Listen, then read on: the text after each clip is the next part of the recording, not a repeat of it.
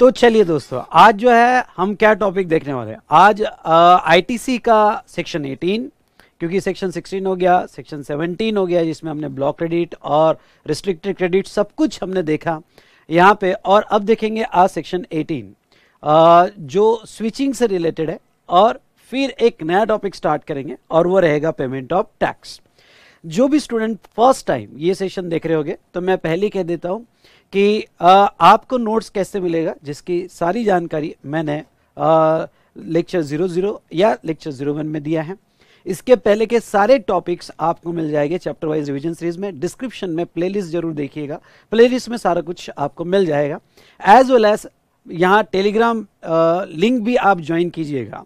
Description में Telegram link दिया हुआ है, वो टेलीग्राम लिंक जो है आप ज्वाइन कीजिएगा। ठीक है दोस्तों, तो चलिए शुरू करते हैं आज का सेशन। और मैं डेली जीएसटी बाइट्स कुछ इंपॉर्टेंट टॉपिक्स अपने इंस्टाग्राम पे पोस्ट कर रहा हूं, और कभी कभी यस आपसे बातचीत करने की आपकी पढ़ाई कैसे होनी चाहिए, क्या होनी चाहिए, लास्ट मंथ में इंस्टा पे आऊंगा। लेकिन सोशल मीडिया जितना कम से कम हो उतना कम से कम यूज करो। मैं क्या होगा तो सैटरडे या संडे, ये दोनों में से कोई एक दिन होगा जो जिसके बारे में आपको बता दूंगा। तो आपको मेरा इंस्टा ज्वाइन करना है, और मेरा इंस्टा जो है वो है CA_Vishal_Bhattad। ठीक है, और मैं आपको एक बात कह दूं कि डिस्क्रिप्शन में सारी लिंक्स दी है, ये डिस्क्रिप्शन जरूर देखिएगा। Thank you to all of you. चलिए अब हमारा रिवीजन स्टार्ट करें। Are you ready? बोलिए, how's the josh? Hi sir. चलो अब देखते हैं सेक्शन 18, अवेलमेंट और रिवर्सल ऑफ आईटीसी। अवेलमेंट और रिवर्सल ऑफ आईटीसी यहां पे यस दोस्तों, सबसे पहले हम देखेंगे सेक्शन 18(1) और 18(2) जो बात करता है अवेलमेंट ऑफ आईटीसी की, और उसके बाद में यहाँ पे 18(3) जो एक ट्रांजिशन फेज के लिए है, और फिर हम देखेंगे 18(4). बहुत सी बार प्रैक्टिस करते वक्त हमारे सामने चार सिचुएशंस आती है। पहली सिचुएशन ये आती है, ध्यान से सुनना, एक एक पॉइंट बहुत अच्छे से एक्सप्लेन करूंगा, और ये वीडियो आप एंड तक जरूर देखिएगा। तो सेक्शन 18 में सबसे पहले ये सिचुएशन आती है कि कोई जीएसटी में रजिस्ट्रेशन वॉलंटरी लेना चाहता है, ओके, या लायबल फॉर रजिस्ट्रेशन है। तो पहले दो सिचुएशन मैं क्रिएट कर रहा हूं कि you are liable for registration under section 22, मतलब आपका थ्रेशोल्ड क्रॉस हो गया 10 लाख, 20 लाख, 40 लाख, और अब आप रजिस्ट्रेशन करवा रहे हो। या सेकंड जो है, यहां पे आप कंपलसरी रजिस्ट्रेशन में आ गए हो। अब लॉ क्या कहता है? सेक्शन 18(1)(a) कहता है कि अगर आप जो है यहां पे लायबल फॉर रजिस्ट्रेशन में हो और आप 30 डेज में रजिस्ट्रेशन करवा लेते हो, ये बहुत इंपॉर्टेंट है, 30 डेज में रजिस्ट्रेशन करवा लेते हो, तो वो सिचुएशन में हम आईटीसी के कुछ बेनिफिट्स आपको देंगे। अब या फिर आप वॉलंटरी रजिस्ट्रेशन करवाते हो, तो वॉलंटरी रजिस्ट्रेशन में जब आपकी आरसी आएगी उस दिन कुछ होगा। अब देखो उन्होंने क्या कहा, गवर्नमेंट ने कहा कि देखो जब तक आप थ्रेशोल्ड में थे या नॉन रजिस्टर्ड थे, आपको आईटीसी नहीं दिया। क्योंकि सेक्शन 16(1) के हिसाब से रजिस्टर्ड पर्सन ही आईटीसी ले सकता है। इसलिए जब तक आपका टर्नओवर 10 लाख, 20 लाख या 40 लाख होगा, थ्रेशोल्ड में होगा, या आप अनरजिस्टर्ड थे, उस पीरियड में आपने ना इनपुट कैपिटल गुड्स और इनपुट सर्विस जो भी परचेस किया होगा उसका आपने आईटीसी नहीं लिया।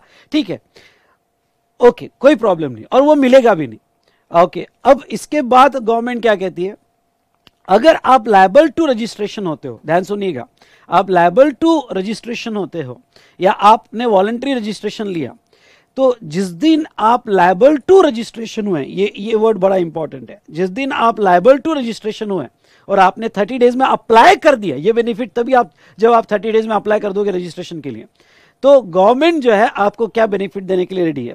गवर्नमेंट कहती है कि जिस दिन आप स्विच हो रहे हो फ्रॉम अनरजिस्टर्ड टू रजिस्टर्ड, उसके पहले दिन, आई रिपीट, उसके पहले दिन, whatever the input in stock, उस दिन इनपुट का स्टॉक लो, inputs in semi finish goods यानी आपका WIP, और input contain in finish goods which are in stock, ऐसे फिनिश गुड जो स्टॉक में उसके इनपुट्स, आपको इनपुट्स का क्रेडिट अलाउ कर दिया जाएगा।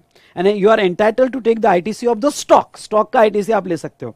हाँ, तो इसके पहले जो कंज्यूम किए थे उसके आईटीसी नहीं, जो स्टॉक बचे रहे उसका आईटीसी, क्योंकि अब ये स्टॉक से जो गुड्स बनेगा, ओके, वो यहां पे, आई रिपीट,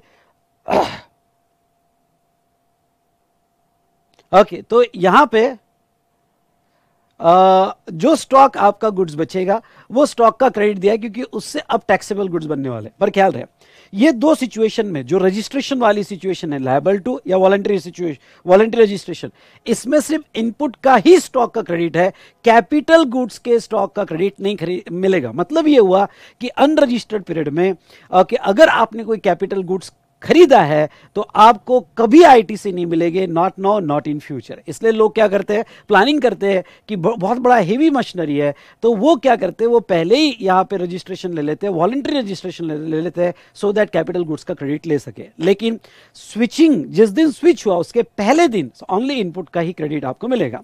ओके, तो अगर आप पर्सन लायबल फॉर रजिस्ट्रेशन हो, मतलब आप लायबल हुए फॉर रजिस्ट्रेशन, तो ओके किस दिन के स्टॉक का दिया जाएगा, on the date immediately preceding the date when he become liable to registration. मतलब क्या, जिस दिन आप स्विच हो रहे हो उसके पहले दिन इनपुट का जो स्टॉक होगा उसका आईटीसी दिया जाएगा।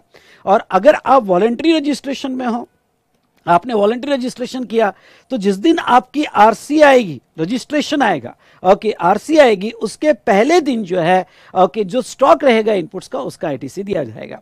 Now next okay important comment, ये सारे बेनिफिट सभी है अगर आपने 30 डेज में अप्लाई किया फॉर रजिस्ट्रेशन, यानी आप लायबल टू रजिस्ट्रेशन है और आपने 30 डेज में अप्लाई किया होगा, तो ये सारे बेनिफिट्स आपको मिलेंगे क्लॉज ए और बी में। ये तो रजिस्ट्रेशन वाली केस हुई। अब देखो कभी कभी हमारे सामने ऐसा भी क्लाइंट आता है, और वो क्या, वो क्लाइंट पहले कंपोजिशन लेवी में था, हो सकता है कि उसने वॉलंटरीली कंपोजिशन लेवी छोड़ दी, या फिर ओके उसका एग्रीगेट टर्नओवर 50 लाख, 1.5 करोड़ या 75 लाख क्रॉस हो गया, ठीक है, तो वो नॉर्मल स्कीम में आ गया, मतलब पहले कंपोजिशन में था फिर नॉर्मल में आ गया।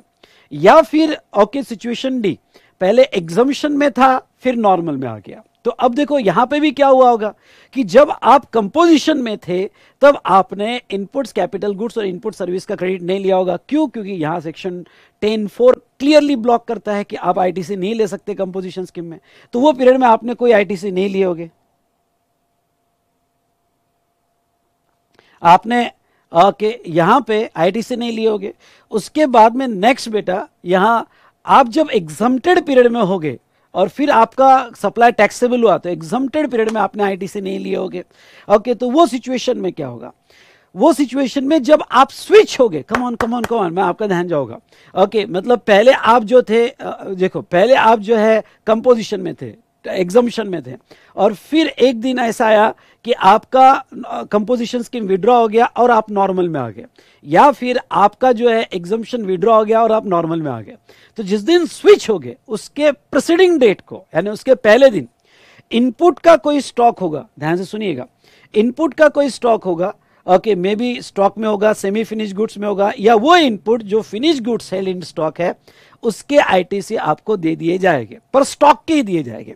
और बहुत इंपॉर्टेंट बात क्या है, ये सिचुएशन सी और डी में ओके कैपिटल गुड्स का भी, यानी अगर आपने कंपोजिशन स्कीम के पीरियड में कोई कैपिटल गुड्स खरीदा होगा या एग्जम्पशन पीरियड में कोई कैपिटल गुड्स खरीदा होगा जिसका आईटीसी आपने नहीं लिया होगा, तो ठीक है, जिस दिन स्विच हुआ उसके पहले दिन जो है ओके यहां पे कोई कैपिटल गुड्स का स्टॉक पड़ा होगा उसका भी आईटीसी मिल जाएगा। लेकिन ये कैपिटल गुड्स का स्टॉक का आईटीसी गवर्नमेंट क्या कहती है, ये कैपिटल गुड्स का स्टॉक का आईटीसी गवर्नमेंट कहती है पूरा नहीं देंगे, आई रिपीट पूरा नहीं देंगे। तो जो कैपिटल गुड्स का जीएसटी था -5% पर क्वार्टर और पार्ट देयर ऑफ, ध्यान से देखिएगा 5% पर क्वार्टर या पार्ट देयर ऑफ, ओके उसका ही हम आपको आईटीसी देंगे। ओके ध्यान से सुनिएगा। ओके मतलब क्या, मतलब यहां पे एक एग्जांपल लेके बताओ। ओके 5% यानी आईटीसी -5% पर क्वार्टर या पार्ट देयर ऑफ, मतलब आपने कैपिटल गुड्स खरीदा और आपने कैपिटल गुड्स खरीदा, एग्जाम्पल लो 10 जनवरी ओके 2022 को आपने कैपिटल गुड्स खरीदा। चलो उसके बाद में आपने ये कैपिटल गुड्स खरीदा तो इसके ऊपर जीएसटी जो था वो जीएसटी 5 लाख रुपए था। ओके आपने आईटीसी नहीं लिया, क्यों नहीं लिया भाई? क्योंकि ये कैपिटल गुड्स यहाँ पे कंपोजिशन स्कीम के लिए या एग्जाम के लिए था, इसलिए आपने उसका आईटीसी नहीं लिया। लेकिन अब वही कैपिटल गुड्स ओके डेट है यहाँ पे 20 अगस्त ओके 2022 को, वही कैपिटल गुड्स जो है अब यूज हो रहा है, लेकिन आपकी कंपोजिशन स्कीम ओके विड्रॉ हो गई और आप नॉर्मल में आ गए, या आपका एग्जम्पशन था वो विड्रॉ हो गया और आप नॉर्मल टैक्स में आ गए। तो 20 तारीख को स्विच हुए, तो उसके पहले 19 अगस्त 22 को आपका जो कैपिटल गुड्स है, इनपुट का तो स्टॉक का मिलेगा, जो कैपिटल गुड्स स्टॉक में हो गए उस कैपिटल गुड्स का भी आईटीसी मिलेगा। कितना कि तो वो कहते हैं कि जो 5 लाख रुपए मिलने वाला था पूरा नहीं देंगे भाई, कुछ पीरियड के लिए तो आपने कंपोजिशन में यूज किया ना, एग्जाम्पशन में यूज किया ना, तो 5 लाख माइनस 5% पर क्वार्टर से रिड्यूस करेंगे। अब 5% पर क्वार्टर कैलेंडर क्वार्टर लेने हैं। कैलेंडर क्वार्टर लेने मतलब क्या, पहला कैलेंडर क्वार्टर कौन से मंथ में खरीदा था, जनवरी में, इसलिए तो कैलेंडर क्वार्टर भी जनवरी से चालू होता है। यानी कैलेंडर क्वार्टर कौन से, अप्रैल में जून, जुलाई अगस्त सितंबर, अक्टूबर नवंबर दिसंबर, जनवरी फरवरी मार्च। हाँ, तो ये कौन से क्वार्टर में खरीदा हुआ है, कैलेंडर क्वार्टर में जनवरी फरवरी मार्च। तो जनवरी फरवरी मार्च एक क्वार्टर, अप्रैल में जून दूसरा क्वार्टर, जुलाई अगस्त सितंबर, तीसरा क्वार्टर, तो 1 1 1 ऐसे 3 क्वार्टर हो गए। तो आपको 5% पर क्वार्टर, तो आपको 3 क्वार्टर के इंटू 3 क्वार्टर्स, यानी आपको 15% कम करने पड़ेंगे। अब 15% कम कर रहे मतलब 4,25,000, आई रिपीट 4,25,000 जो है यहाँ पे वो आपका 15% 4,25,000 होगा।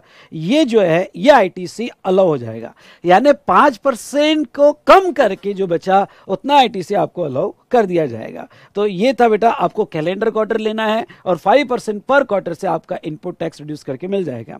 कंपोजिशन स्कीम हो, अगर कंपोजिशन स्कीम होगी तो कौन सी डेट का स्टॉक देखना है आपको, तो day before immediately preceding the date when he liable under normal scheme, और immediately preceding the date when become taxable. ठीक है, तो इन शॉर्ट आपको लास्ट डे का डेट देखना है, जिस उस दिन क्या स्टॉक था उसके आईटीसी आपको दे दिए जाएंगे।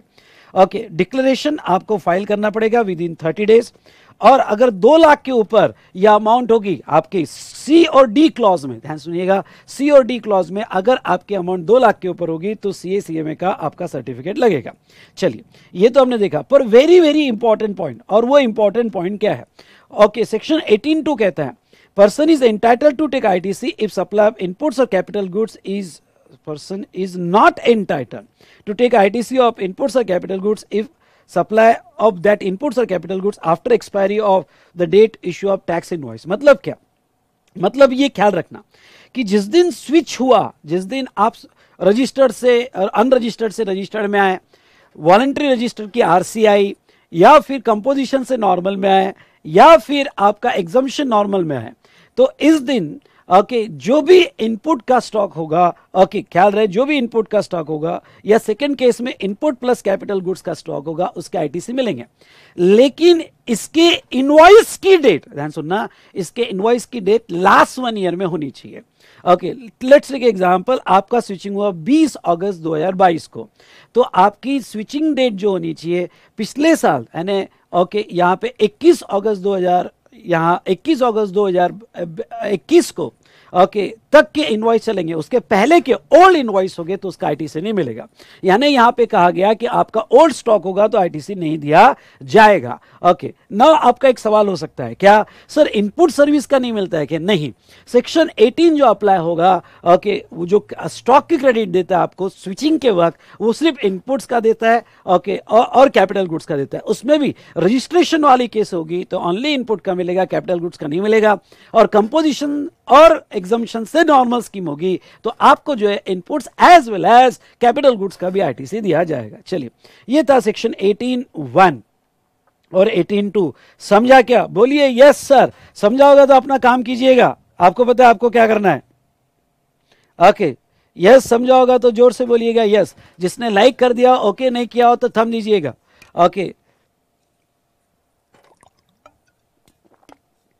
समझा होगा तो लाइक करके बताओ, लाइक ऑलरेडी कर दिया होगा तो थंब देके बताओ।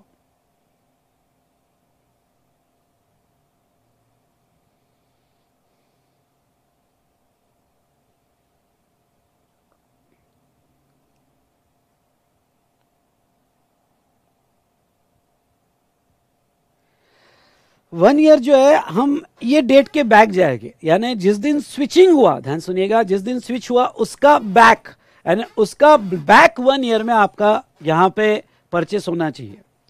उसके पहले का परचेस होगा तो आईटीसी नहीं मिलेगा।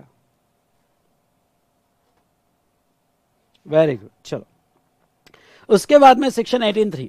18(3) क्या कहता है कि अगर आप यहां पे आपका बिजनेस सेल कर देते हो, अमलगमेंट करते हो, लीज पे देते हो, ट्रांसफर ऑफ बिजनेस या डीमर्ज करते हो, ध्यान सुनिएगा, डीमर्जर करते हो, पहले आते सेल वगैरह कर देते हो, मतलब आपने किसी को बिजनेस ट्रांसफर कर दिया या अमलगमेंट कर दिया, बिजनेस लीज पे दे दिया। तो वो सिचुएशन में जो नया बंदा है, registered person shall transfer his unutilized ITC in electronic credit ledger to transferee। मतलब जो नया बंदा है ट्रांसफरी, ट्रांसफरी को आपके लेजर में। अब बहुत सी बार ये क्लाइंट के सवाल होते हैं कि सर मैंने बिजनेस बेच दिया तो मेरा आईटीसी क्या सामने वाला कंटिन्यू कर सकता है? बिल्कुल कर सकता है, उसकी कुछ प्रोसीजर है, वो प्रोसीजर फॉलो करेगा तो सामने वाला उसको कंटिन्यू कर लेगा। उसके बाद में इन केस ऑफ डीमर्जर, ध्यान सुनिएगा, डीमर्जर मतलब क्या होता है? डीमर्जर मतलब आपकी बहुत सारी ब्रांचेस है, बहुत सारे यूनिट्स है, उसमें का एक यूनिट आप बेच रहे हो, पूरा बिजनेस नहीं बेच रहे हो, एक यूनिट बेच रहे हो। तो आप अगर अपना एक यूनिट बेच रहे हो तो क्या जो भी वो आपका नया यूनिट खरीद रहा है, डीमर्ज यूनिट, क्या उसको वो आपका आईटीसी ले पाएगा क्या? यस, लेकिन in proportion to value of asset, in proportion to value of asset. और value of asset means value of entire asset of the business whether they are not input tax credit has been availed thereon। मतलब क्या, आपकी total asset, आपने ITC लिया हो या ना लिया हो, उसमें बिल्डिंग, कार वगैरह जो भी सब कुछ लिया जाएगा, आपकी जो टोटल असेट है वो असेट में से आपने कितनी असेट वो यूनिट के साथ सामने वाले बंदे को दे दी है, डीमर्ज कर दी है, उसके बेस पे उसके अपोर्शन में आप अपना क्रेडिट शिफ्ट कर सकते हो। इससे रिलेटेड मैंने आपके रेगुलर बुक में यहां पे एक क्लैरिफिकेशन भी दिया था, वो क्लैरिफिकेशन जरूर पढ़ना और यहां लिख देना कि also refer clarification in regular notes. और आपको अगर उस क्लैरिफिकेशन के कुछ इंपॉर्टेंट पॉइंट्स लिखना है तो यहां स्टिकी नोट्स अटैच कर देना। तो जो असेट आपने ट्रांसफर की वो प्रोपोर्शनेट में आपको आईटीसी ट्रांसफर करते आएगा। हाँ, लेकिन इसकी बेसिक मिनिमम कंडीशंस क्या है? There is a specific provision for transfer of liability. मतलब क्या, जो नए बंदे को आपने सेल किया, ट्रांसफर किया या फिर अमलगमेंट किया या फिर आपने डीमर्ज किया, उसने सारी लायबिलिटीज एक्सेप्ट करनी चाहिए। ये बहुत इंपॉर्टेंट कंडीशन है, सारी लायबिलिटीज एक्सेप्ट करनी चाहिए। साथ साथ में डिक्लेरेशन आईटीसी 02 में होना चाहिए, सर्टिफिकेशन होना चाहिए सीएसीएमए का कि भाई क्रेडिट प्रॉपर उसको दिए गए, acceptance of transfer credit by transferee on common portal. और लास्ट, इनपुट्स और capital goods so transfer are duly accounted by transferee in his books of account. मतलब जो ट्रांसफर यानी लेने वाला, तो जो भी हमने इनपुट्स और कैपिटल गुड्स उसको ट्रांसफर किए, उसने प्रॉपर अपने बुक्स ऑफ अकाउंट में वो सारा अकाउंटिंग किया हुआ है। अगर ये चारों कंडीशन फुलफिल करते हो तो आप क्रेडिट शिफ्ट कर सकते हो, ये सेक्शन 18(3) कहता है। चलो, उसके बाद में रिवर्सल ऑफ क्रेडिट, दोनों में डिफरेंस आपको बता देता हूं। अवेलमेंट ऑफ क्रेडिट मतलब हमने स्टॉक के क्रेडिट लिए, जो स्टॉक पड़े थे उसके क्रेडिट लिए। और रिवर्सल ऑफ क्रेडिट यानी क्या, कि जो स्टॉक के क्रेडिट है वो रिवर्स करना पड़ता है। अब रिवर्स कब करना पड़ा है? बिल्कुल उल्टी सिचुएशन ले लो, उल्टी सिचुएशन ले लो। मतलब क्या, हम पहले अनरजिस्टर्ड थे, ध्यान सुनिएगा, हम पहले अनरजिस्टर्ड थे फिर रजिस्टर्ड हुए। ऐसा भी हो सकता है कि पहले रजिस्टर्ड हुए, रजिस्टर्ड थे, फिर हमने रजिस्ट्रेशन कैंसिल कर दिया क्योंकि आपका टर्नओवर 20 लाख से नीचे चले गया, अब छोटा बिजनेस हो गया तो आपने रजिस्ट्रेशन कैंसिल कर दिया होगा। बिजनेस कंटिन्यू कर रहे हो पर कैंसिल कर दिया होगा। या फिर ये उल्टी केस ले लो, पहले आप नॉर्मल स्कीम में थे फिर कंपोजिशन में आ गए, क्योंकि कंपोजिशन स्कीम तो आप हर साल चेक करते हो। If aggregate turnover of presiding financial year does not exceeds year 1.5 या 75 या 50 लाख, तो आपको कंपोजिशन स्कीम मिल जाती है। या उल्टा ले लो, पहले आप टैक्सेबल थे फिर एग्जम्पशन में आ गए। तो एकदम इसका रिवर्सल, यानी आप देखोगे तो एकदम मैच हो जाएगा बिल्कुल। चार्ट का यही कमाल है।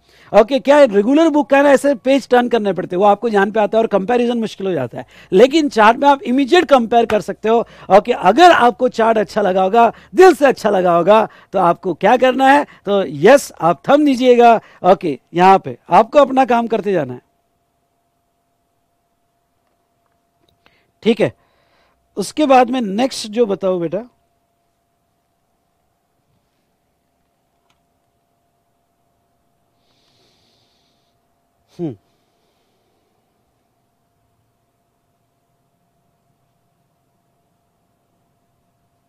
एक minute.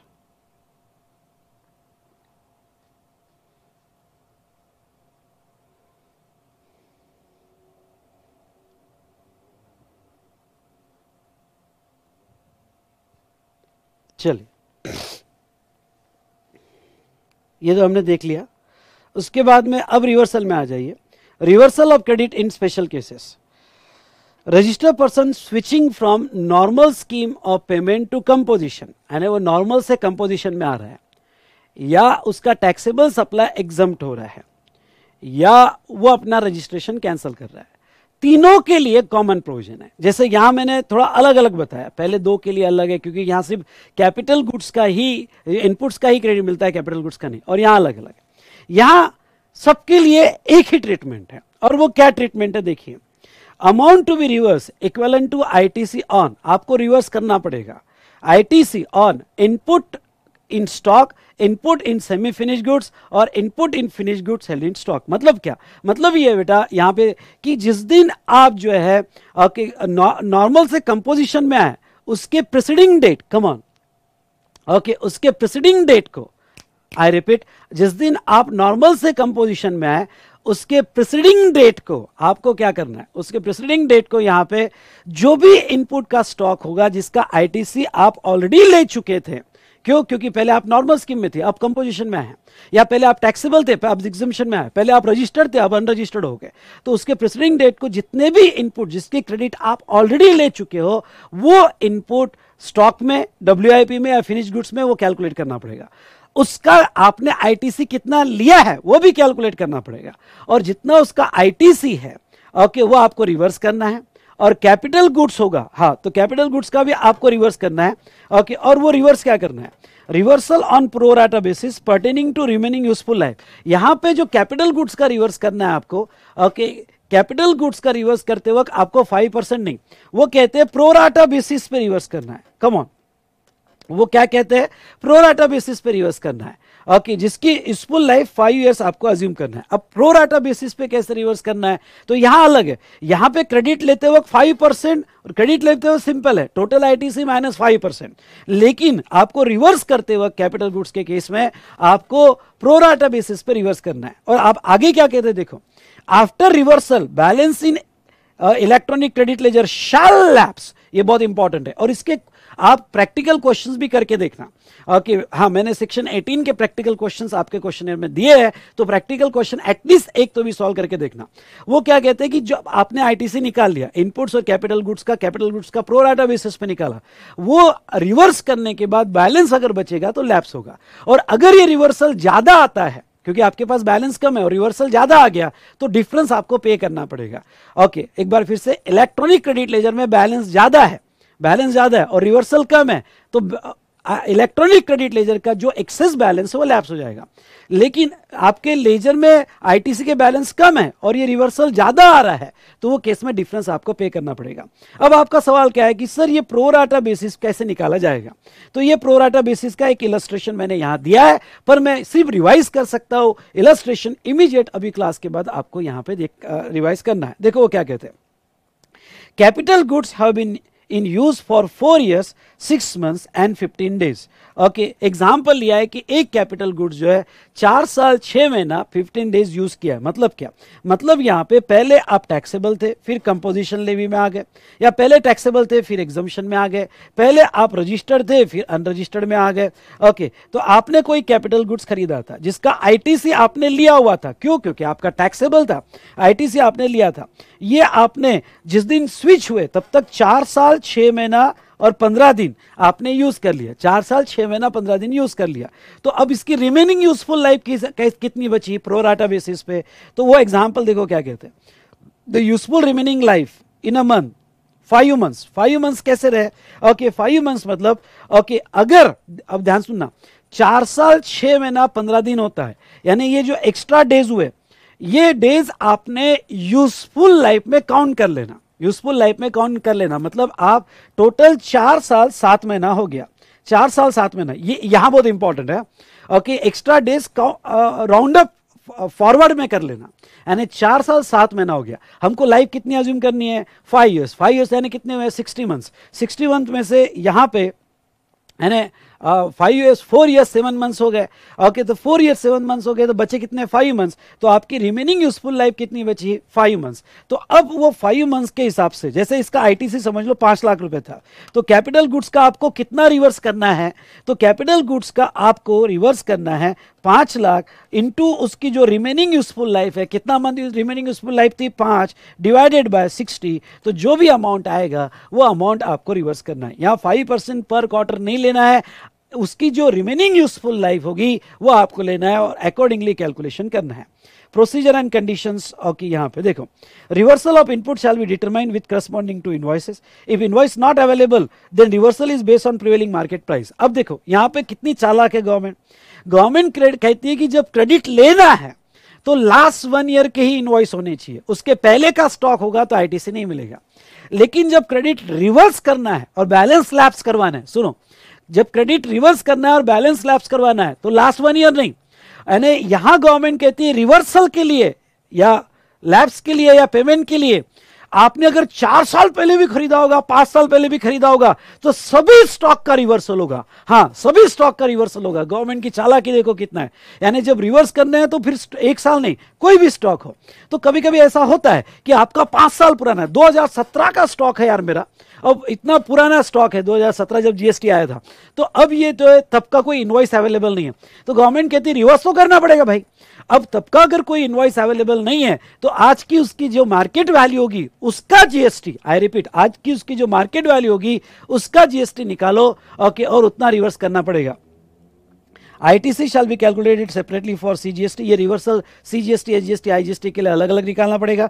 Okay, reversal amount will be added in output tax liability, detail to be furnish in ITC 03। जो भी आपका रिवर्सल अमाउंट आएगा, रिवर्सल अमाउंट अगर एक्सेस होगा तो वो सिचुएशन में आउटपुट टैक्स लायबिलिटी में ऐड कर दिया जाएगा। 18.4 समझ में आया? यस सर, जोर से बोलिए, यस और नो।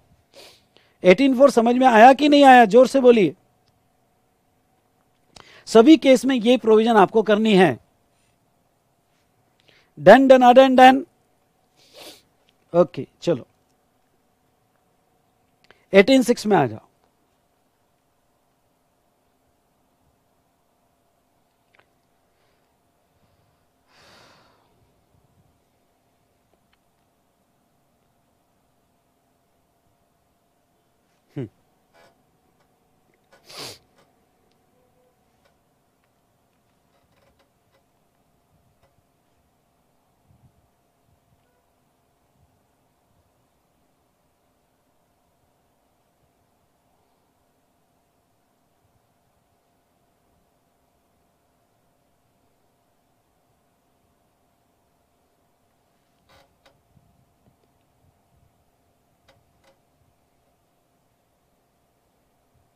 ओके, चलिए,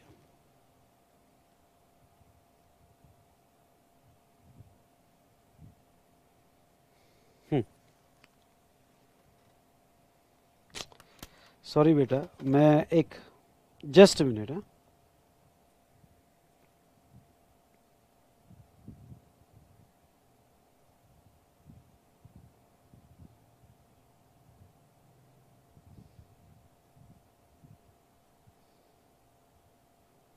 जस्ट 1 मिनट बेटा, बस हो गया।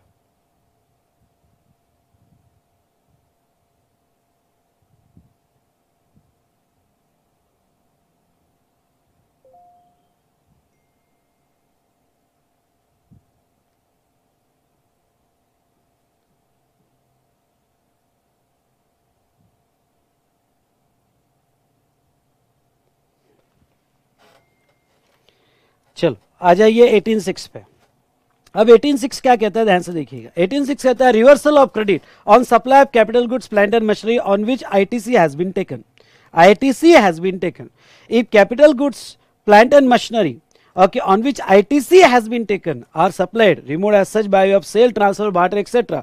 Then registered person shall pay higher of the following. अब देखो यहाँ पे एक बात आपको बता दूं, okay, 18.6 बड़े okay, क्लियरली ड्राफ्ट किया है। कैसे ड्राफ्ट किया है समझ लो। आपने कोई कैपिटल गुड्स खरीदा, कैपिटल गुड्स की वैल्यू थी 50 लाख, ओके, कैपिटल गुड्स की वैल्यू थी 50 लाख, उसके ऊपर जीएसटी था 6 लाख रुपए।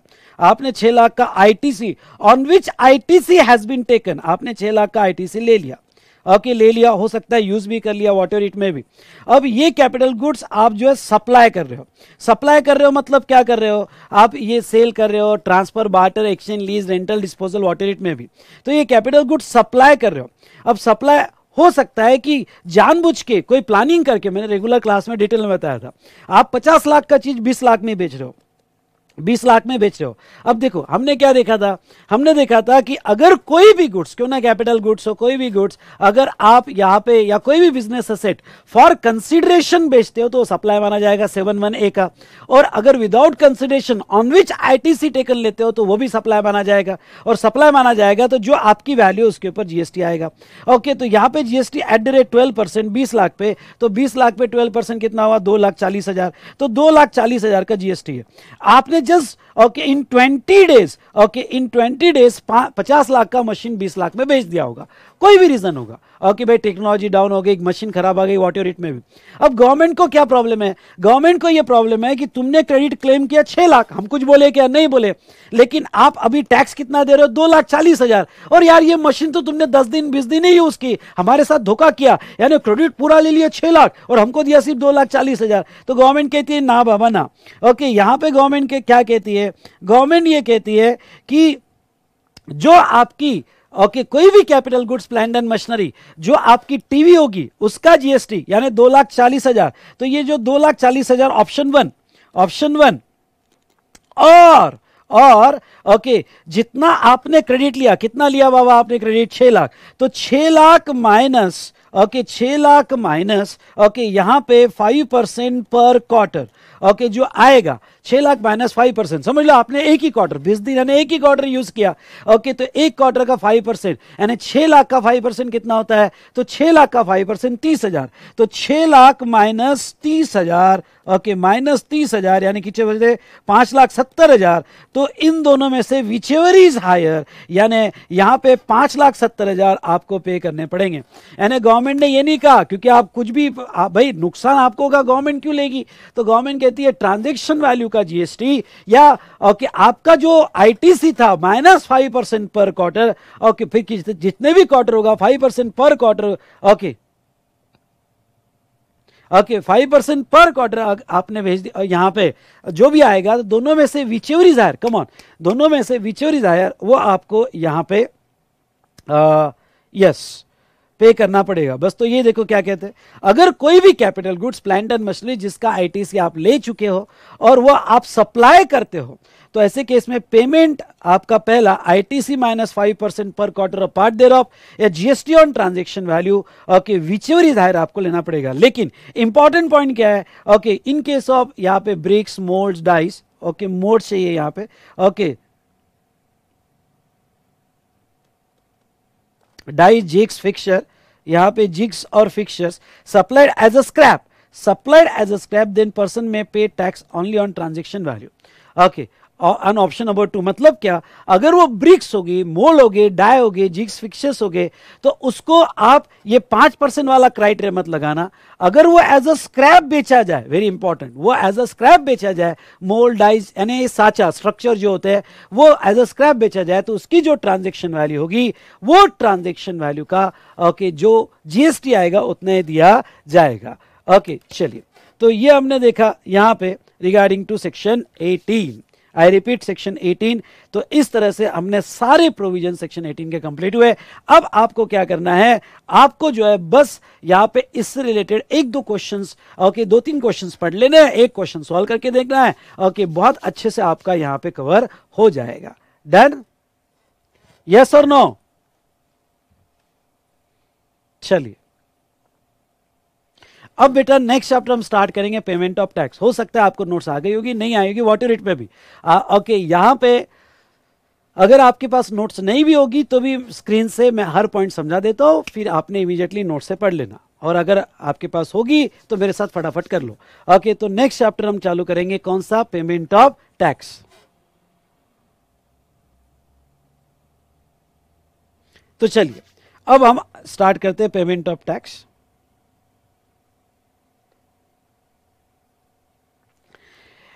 सबसे पहले खास बात बता दूं, ये पेमेंट ऑफ टैक्स एक पेज में पूरा चैप्टर ही कवर कर लिया है। यानी मैं आपको ये कहूंगा कि चैप्टर के अलावा बस क्वेश्चन है पढ़ लेना, दैट्स इनफ, दैट्स इनफ। इसके अलावा आपको कुछ भी पढ़ने की जरूरत नहीं है। ओके, तो चलिए स्टार्ट करें हम chapter payment of tax. Yes और नो? चलो ठीक है। यहां पे और मैं आपको बता दूंगा कि आपको ये एरिया में सबसे ज्यादा प्रैक्टिस अभी कहाँ करना है। ओके, किसके क्वेश्चंस आपने फटाफट देख लेना है।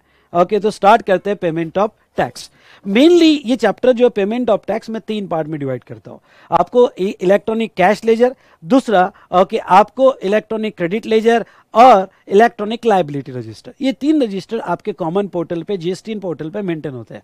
सबसे पहले इलेक्ट्रॉनिक कैश लेजर की जितनी भी प्रोविजंस है हम यहां खत्म कर देंगे, इलेक्ट्रॉनिक क्रेडिट लेजर की सारी प्रोविजंस यहां खत्म कर देंगे, और लायबिलिटी रजिस्टर की सारी प्रोविजंस हम यहां खत्म कर देंगे। सो आर यू रेडी? यस। तो इलेक्ट्रॉनिक कैश लेजर के मैंने 2 पार्ट किए। पहले कि आप इलेक्ट्रॉनिक कैश लेजर में जीएसटीएन पोर्टल पे पैसा कैसे डालोगे, और जो कैश लेजर में आपने पैसा डाला है वो कैसे यूज करोगे। Okay, very simple. ओके, आपको जब भी जीएसटी पेमेंट करने हैं थ्रू चालान, तो वो डायरेक्ट टैक्स के अगेंस्ट में नहीं होते। आपका पैसा जो कॉमन पोर्टल पे एक लेजर मेंटेन करता है गवर्नमेंट, उसमें जमा होता है। उसको कहा जाता है इलेक्ट्रॉनिक कैश लेजर, जिसमें आप जो पैसा डाल सकते हो वो इंटरनेट बैंकिंग या आप डेबिट क्रेडिट कार्ड या एनईएफटी या आरटीजीएस, ये चारों में से कोई भी मोड में आप डाल सकते हो, जिसमें पेमेंट जो होगा आपका एक चालान होता है, चालान पीएमटी 06 चालान होता है, जिसके बारे में हम आगे पढ़ेंगे, और इसके थ्रू आप जो है पैसा डाल सकते हो। ओके, पीएमटी 06 चालान, और ये जो 4 मोड में, वेरी इंपॉर्टेंट पॉइंट, ये 4 मोड में जब आप पैसा डालोगे तो उसके लिए कोई मॉनेटरी लिमिट नहीं है, आप कितना भी डाल सकते हो, 1 रुपए से लेके तो करोड़ों रुपए आप ओके ये मोड के थ्रू डाल सकते हो। सर इसका क्या रिलेवेंस है बताता हूं थोड़ा आगे।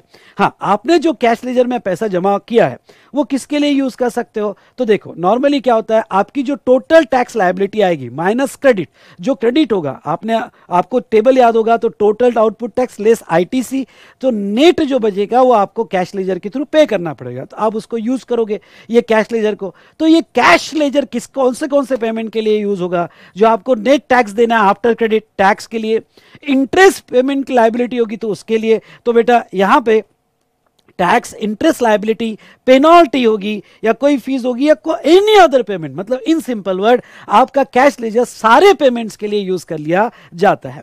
ओके, अब आप जो पेमेंट करते हो चालान के थ्रू करते हो, पीएमटी 06 चालान। ओके, और चालान जो है ऑनलाइन जनरेट होती है और ऑनलाइन आप पेमेंट करते हो। लेकिन एक कंसेप्ट मैं यहां एक्सप्लेन करना चाहूंगा, और वो है OTC, over the counter. Okay, ये ओटीसी ओवर द काउंटर क्या कंसेप्ट है? मतलब कभी कभी क्या आपका कोई बैंक अकाउंट नहीं होगा, ओके, और आप बैंक में जाके चालान लेते हो, और वो चालान वहां बैंक के क्लार्क को देते हो या वहां कोई ऑफिसर को देते हो कि भाई मुझे जीएसटी पेमेंट करना है। तो अगर आप ऑनलाइन नहीं दे रहे हो, बैंक में जाके आप जो है चालान दे रहे हो, तो वो सिर्फ अलाउड है, एमसीक्यू क्वेश्चन के लिए इंपॉर्टेंट, वो सिर्फ अलाउड है 10,000 तक, 10,000 पर चालान पर टैक्स पीरियड ही अलाउड होगा, उससे ज्यादा नहीं। अब आपको इंपॉर्टेंट समझेगा, यानी ये 4 मोड से पे करना है तो अनलिमिटेड, कोई रिस्ट्रिक्शन नहीं है, 1 रुपए से लेकर करोड़ रुपए तक। लेकिन आप अगर बैंक में जाके ओवर द काउंटर पे कर रहे हो, ऑनलाइन पे नहीं कर रहे हो, तो 10,000 मैक्सिमम 10,000 के ऊपर टैक्स नहीं होना चाहिए। लेकिन उसके एक्सेप्शन क्या है, एग्जाम में आ सकते हैं ऐसे छुपे हुए क्वेश्चन कि जहां हम 10,000 के ऊपर भी ओवर द काउंटर कर सकते हैं, लिखना है तो लिख देना ओवर द काउंटर कर सकते हैं। तो 3 केस में, अगर वो गवर्नमेंट डिपार्टमेंट होगा, यानी गवर्नमेंट डिपार्टमेंट खुद टैक्स देना चाहता है, यहां पे प्रॉपर ऑफिसर या other authorise proper officer tax देना चाहते हैं, तो वो सिचुएशन में यहां पे आप 10,000 के ऊपर भी दे सकते हो ओवर द काउंटर। या कोई आउटस्टैंडिंग ड्यू हो गए, भाई किसी का इन्वेस्टिगेशन हो गया, स्क्रूटिनी होगी, उसमें पैसा, उसके ड्यूज हो गए, तो गवर्नमेंट ये थोड़ी बोलेगी नहीं नहीं तू ऑनलाइन ही पे कर, गवर्नमेंट कहेगी ला पैसा हम देते हैं बैंक में। तो आउटस्टैंडिंग ड्यू या इन्वेस्टिगेशन के केस में कि गवर्नमेंट जो भी पैसा मिलेगा, ड्यूज मिलेंगे, वो बैंक में जाके खुद भरेगी, फिर वो करोड़ रुपए हो कि मिलियंस ट्रिलियंस रुपीज हो, ओके, उसको कोई रिस्ट्रिक्शन नहीं है। तो 3 रिस्ट्रिक्शन आपने याद रखना है।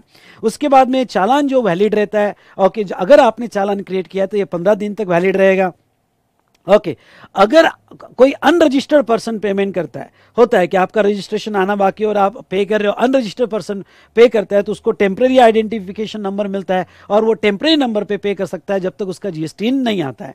ओके, आपने पेमेंट करने के बाद ओके गवर्नमेंट के अकाउंट में पैसा जैसे ही जाता है एक CIN ओके चालान आइडेंटिफिकेशन नंबर जनरेट होता है जो 18 डिजिट्स का होता है।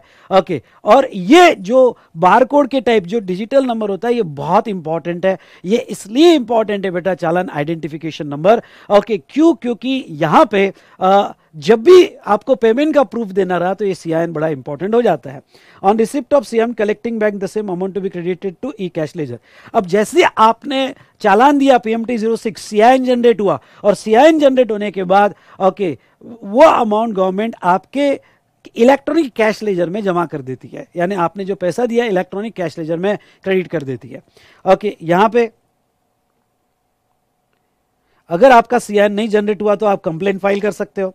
ओके, और जिस दिन गवर्नमेंट के अकाउंट में पैसा जाएगा उसी दिन ये माना जाएगा कि आपने पेमेंट कर दिया। जैसे आपकी ड्यू डेट है 20 तारीख, तो 20 तारीख तक गवर्नमेंट के अकाउंट में पैसा जाना चाहिए। कभी कभी क्या होता है कि हमने पे कर दिया, हमारे अकाउंट से कट हो गया, पर 20 तारीख को गवर्नमेंट के अकाउंट में नहीं गया, वो गवर्नमेंट के अकाउंट में 22 तारीख को गया। जब लास्ट डे को पेमेंट करते हो तो ऐसा होता है, तो गवर्नमेंट 2 दिन का आपको इंटरेस्ट लगाएगी। गवर्नमेंट कहेगी वो नहीं पता तुम्हारे अकाउंट से कब डिडक्ट हुआ, हमारे अकाउंट में कब आया, ओके ऑनलाइन वो 22 को रिफ्लेक्ट हुआ, तो हम 2 दिन का इंटरेस्ट तुमको चार्ज करेंगे।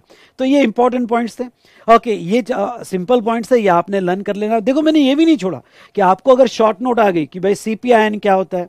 Okay, common portal identification number, जब आप चालान जनरेट करते हो तो ये CPIN जनरेट होता है। फिर CIN कब, जब आप पेमेंट करते हो तो CIN जनरेट होता है जो 18 डिजिट का होता है, और BIN मतलब बैंक रेफरेंस नंबर। तो ये जो है यहाँ पे शॉर्ट नोट है, ये भी आपने पढ़ लेना। मैंने ये चार्ट में लगभग most of the concept cover कर लिए। आप अगर कंपेयर करोगे तो आपको रेगुलर बुक से तो आपको पता चल जाएगा आपने मेरा क्लास किया, और नहीं भी किया तो भी पता चल जाएगा। और अगर आपको ये चार्ट के साथ साथ कुछ एडिशनल ऐड करना है जो आपको लगता है तो आप इजीली अपने ओके यहाँ पे उसकी नोट्स बना के ऐड कर सकते हो। तो ये हुआ हमारा इलेक्ट्रॉनिक कैश लेजर।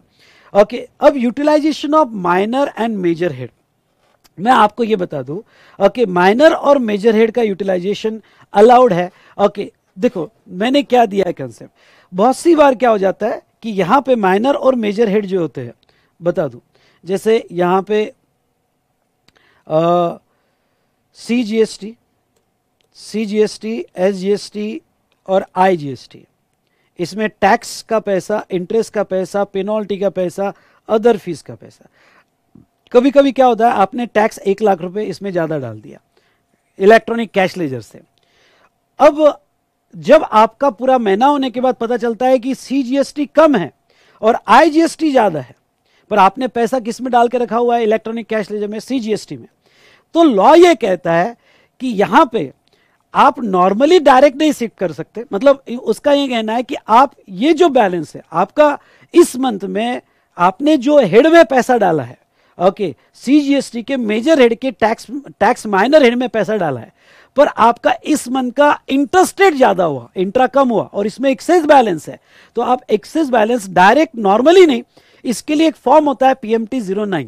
तो PMT 09 आपको कॉमन पोर्टल पे भरना पड़ेगा और इधर का पैसा आपके आउटपुट टैक्स लायबिलिटी क्या आ रही है IGST, तो IGST के लिए यूज कर सकते हैं। आप डायरेक्ट मत यूज करो, PMT 09 चालान के थ्रू आप रूट कर सकते हो। मतलब क्या, मतलब ये हुआ कि आप कोई भी माइनर हेड का पैसा किसी भी मेजर हेड माइनर हेड में शिफ्ट कर सकते हो।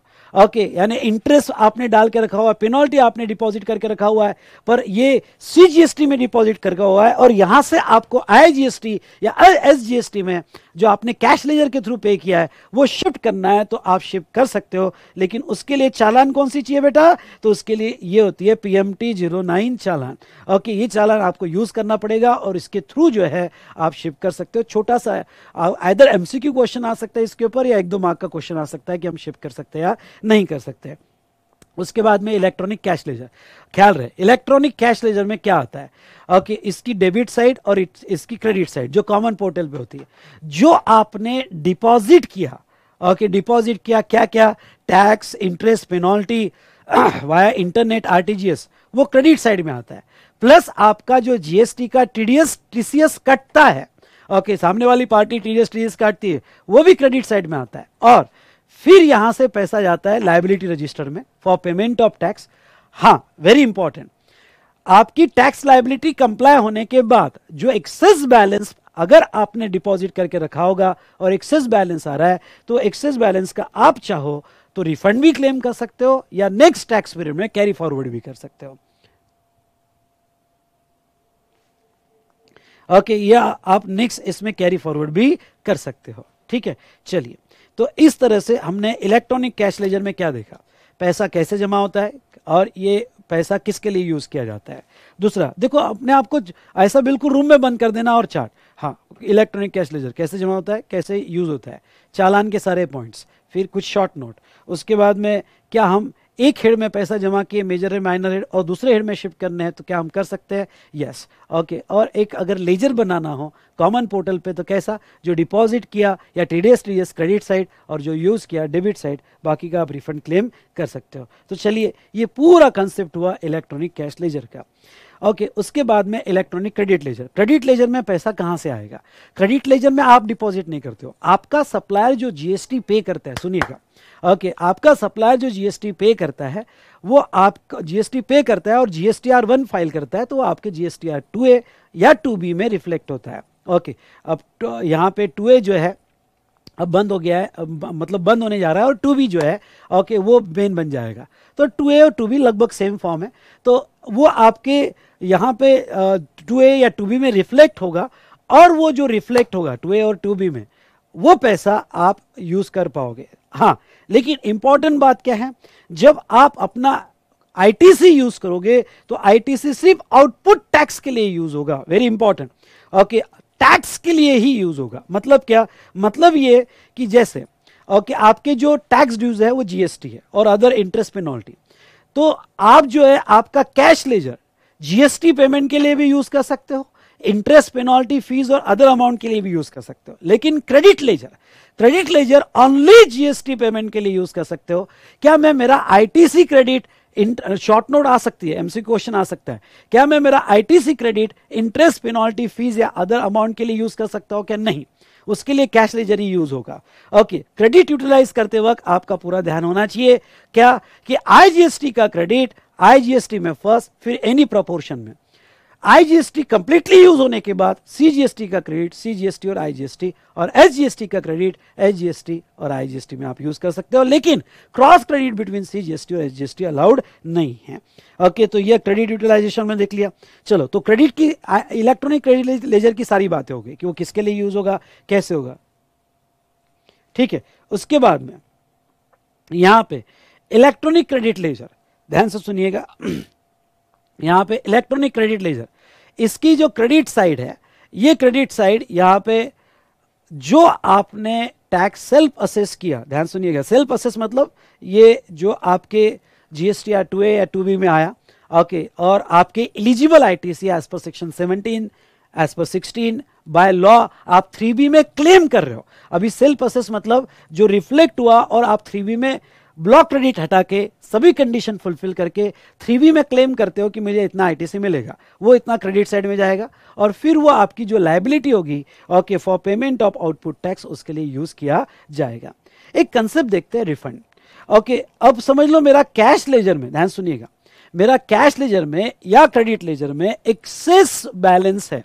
कैश लेजर में मैंने पैसा ऑलरेडी बहुत डिपॉजिट करके रखा हुआ है और मेरे टैक्स ड्यूज क्लियर हो गए हैं, ओके, और बैलेंस एक्सेस पड़ा है, या मेरे क्रेडिट लेजर में मेरे पास बहुत सारा एक्सेस क्रेडिट है।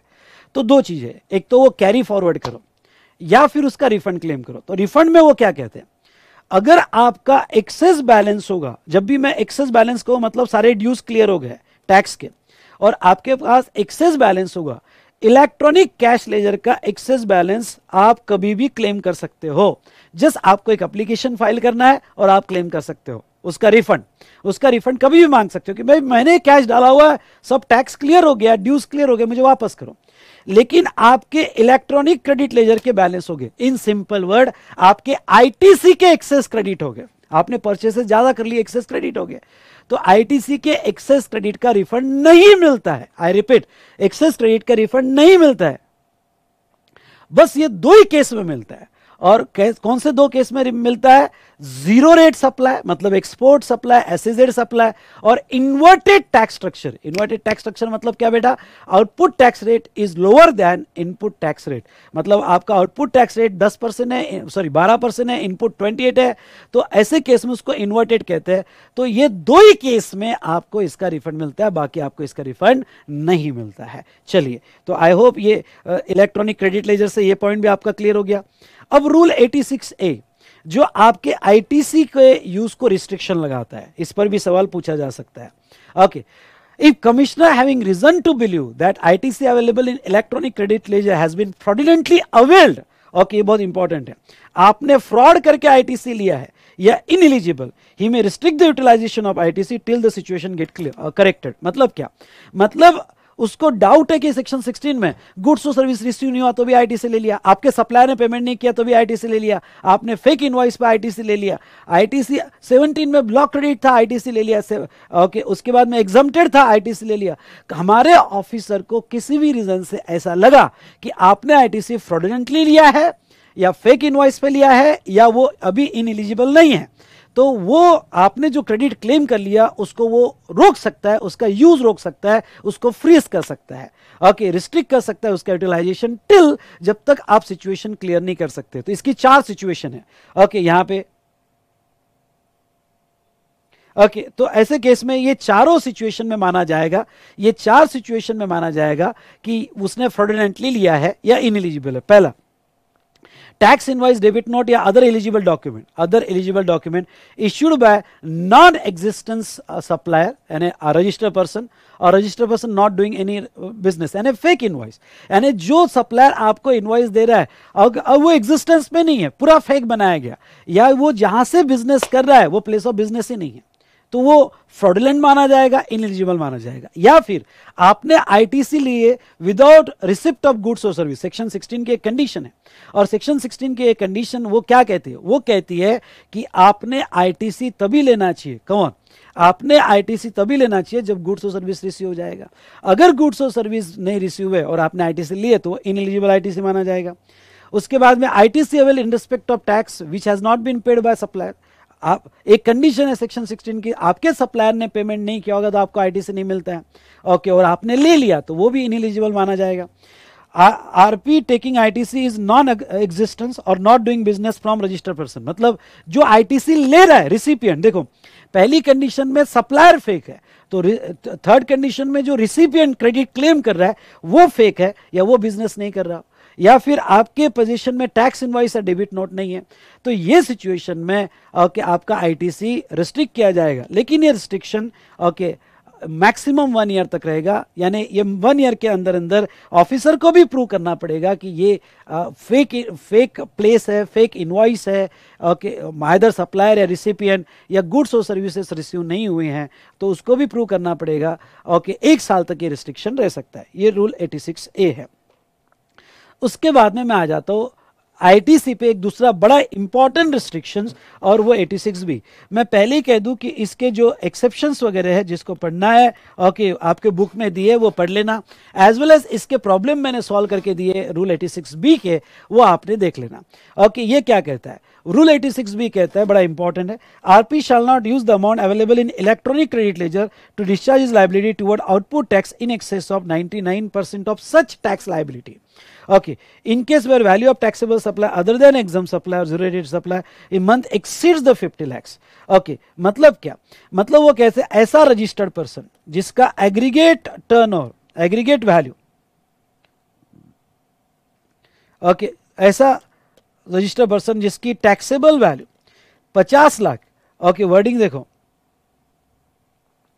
50 लाख से ज्यादा है, एक्सीड्स 50 lakhs, ठीक है, एक्सीड्स 50 lakhs, उसको ये रिस्ट्रिक्शन लागू होगा। रिस्ट्रिक्शन क्या है? ओके, बहुत सी बार आपके पास आईटीसी गुड्स का या सर्विस का आईटीसी ज्यादा होता है, गवर्नमेंट यहां पे थोड़ा ओके चिंदी चोरी कर रही है, आपके पास 50 लाख का आईटीसी है और आपका जो आउटवर्ड सप्लाई ओके यहां 30 लाख ही आ रहा है, तो ऐसे लोगों का जिसकी, ये सबको लागू नहीं होगा, पहली कंडीशन जिसकी टैक्सेबल वैल्यू 50 लाख के ऊपर होगी उस टैक्स पीरियड की, उस टैक्स पीरियड की 50 लाख के ऊपर होगी, ओके, उनको ये रिस्ट्रिक्शन लागू होगा। अब नॉर्मली एक लेमैन क्या क्या सोचता है, अरे यार मेरा आउटपुट टैक्स लायबिलिटी 30 है, आईटीसी 50 है, मतलब क्या मैं पूरा आईटीसी यूज कर लूंगा, यानी लेस आईटीसी आप पूरा यूज कर लोगे क्योंकि आपके पास इनफ बैलेंस है। ओके, तो आउटपुट टैक्स क्या हुआ, नील, आउटपुट टैक्स क्या हुआ, नील। अरे वाह वाह क्या अच्छा हुआ, मुझे कुछ भी नहीं देना है। गवर्नमेंट कहती है ना मुन्ना ना, ऐसा नहीं होगा। अगर तेरा उस टैक्सेबल पीरियड का टैक्सेबल वैल्यू जो है 50 लाख से ज्यादा होगा तो तुझे ये शर्त से जाना पड़ेगा कि तू क्रेडिट पूरा नहीं यूज कर सकता। ओके, तेरी जो आउटपुट टैक्स लायबिलिटी है, ख्याल रहे आउटपुट टैक्स लायबिलिटी है, इसका 99% ही तू यूज कर पाएगा। Sorry,